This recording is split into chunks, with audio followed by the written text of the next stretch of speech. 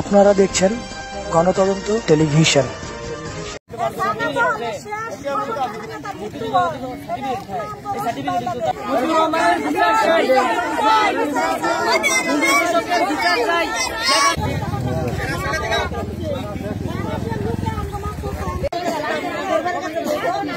আমার স্বামীরও মাসিল এলাকাবাসী আরো বলছেন যে একজন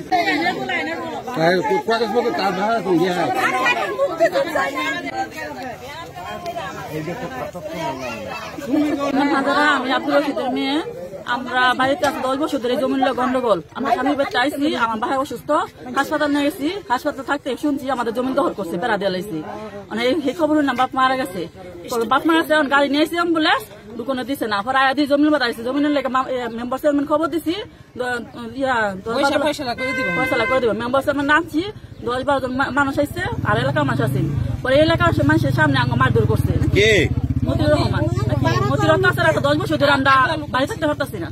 হ্যাঁ, আঙ্গ জমিন তারা যেন মন চান ধরবো, গাছ কমলে 500 গাছ আছে, গাছ সব কেটে লেছি। আয় দিই আমরা ভাই, হ্যাঁ রাস্তা করবো নাকি, এই কারণে আমরা প্রতিবাদ করছি। দেখি আঙ্গ মায়ের মারছে, আঙ্গ মারছে, সবার মার ধরছে। এলাকার আমরা বাচ্চা দিচ্ছি না থাকলে মরে গেলাম হইলি নাকি। হ্যাঁ, আঙ্গ এমন অত্যাচার করছে কটা দিন ধরে। পুলিশ আনে আছে এই পর্যন্ত মাপ পড়ছে 17 দিন 8 দিন পুলিশ আনছে। পুলিশে দাওয়া দেখাল দাওয়া। আমরা গরিব মানুষ কেস মামলা করতে পারি না, এই কারণে আমরা দুর্বল দেখিয়া হেরাঙ্গ অত্যাচার করতেছে। আমাদের করতেছে, আমরা 3 বোন খালি, আমাদের ভাই নাই, এই জন্য আরো বেশি আমাদের সাথে ইয়া করতেছে মতিউর রহমান। আর হ্যাঁ, মানে অনেক অত্যাচার করতেছে, আমার বাবার সাথে করছে, কিন্তু আমার বাবার ছেলে নাই দিয়া কোনো ইয়া করছে না। এখন যখন যেদিনকে আমার বাবা মারা গেছে, এদিনকে হ্যাঁ বেশি আরো ইয়া করতেছে, গাছ গাছাল কাটিয়া বেড়া দিয়া আমাদের রাস্তাঘাট বন্ধ করে দিছে। হ্যাঁ, সামনে 3 দিয়া বেড়া দেওয়া ছিল, সেই গেটটা বন্ধ আমাদের লেগে বন্ধ করে দিছে। কোন রাস্তা চলাচল করবার দিত না। মনে করেন আমি গরিব মানুষ, কাজ করিয়া খাই, আমার ছেলে নাই, 3টা মাইয়া। তখন আমি হেনতে খবর পেয়েছি, আমার লোকের ওই ডিএসসির অফিসে মানে খবর পেয়েছি, বলে তোমার গাড়ি ঘর দল করে নিতেছে এই মতি আইয়া দিয়ে আমার বাড়ির সাইড দিয়া বেড়া দিয়া হাইরা আমার দিয়ে নিয়ে এরিয়া দিয়ে দিচ্ছি, আমার দিত না 12 নেই। সেই অত্যাচার ইলা করতেছে, এই যে 12টা দলিল আমার শ্বশুরের, কিন্তু এই দলিল লয়ে বংশ করে হয়তো একটু বেশি শিক্ষিত, আমরা যে বোকা মানুষ। আমি যদি এই জায়গা না থাকতাম, আমি আমার শ্বশুরের ধাক্কায় নিয়ে আমি আরেক ঘরে ডুয়াইছি, ডুয়া পরে আমি বাইরেছি। আমার নাম মোহাম্মদ হাতেন। কি আপনি কি ঘটনাটা কি বলেন তো? ঘটনা এখনো হেরে মারামারি করছে মতি আইয়া হেরিয়া, পরে তার পোলাফন্দা হেরে আঙ্গরে হেরে মানে অত্যাচার করছে। সারা রাত ভরে আমরা থাকতে পারি না, পুলিশ লইছে। আমরা নিরীহ লোক সারাদিন কাজ কাম করে হেরিয়া বাড়িতে এসি, তাও শান্তি পাই না।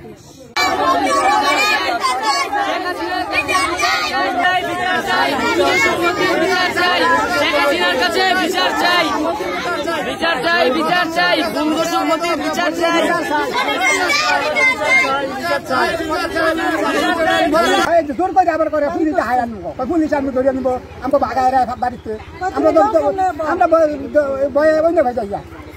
এই যে রায়ের কাগজ আছে, এই যে রায়ের কাগজ, এই যে রায়ের কাগজ কোর্ট থেকে আপনাদেরকে রায় দিচ্ছে। গাজী কোর্ট আমাদের রায় দিচ্ছে। আমি জমি দখল করি নাই কারো, যদি বলতে পারে 100 জমি কারো। আপনি বলছেন রাজনীতি করেন, এটা হলো বঙ্গবন্ধু 4 জাতীয় নেতা পরিষদ, বঙ্গবন্ধু ও জাতীয় কল্যাণ পরিষদ। রাজনীতিক কোন পদবি আপনার আছে? আমি এটা রাজনীতি, এটা তো একটা জাতীয় ইস্যু, আমি এইটাই করি। আপনার দাদার বাড়ি পাশে, এটা দাদার বাড়ি।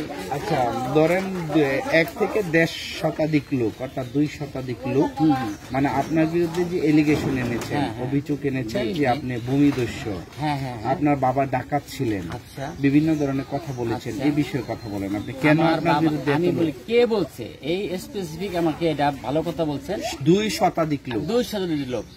এই 2 শতাধিক লোকের একটা লোকের বাড়ি যদি কেউ আমার বাবা ডাকাতি করে থাকে, কেন বলেন? কেন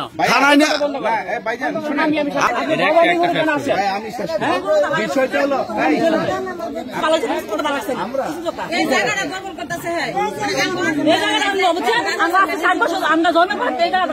আমার বাহের জায়গা, এই জায়গা 2-3 টাকা বেড়া যায়। আমার হুফায় মারা দেওয়ার পর আমি আইসি, আবার পর এই সাইডে বেড়া দেওয়া, আমার হুফার কয়বার বেড়া ভাঙ্গা পরে আমি কয়বার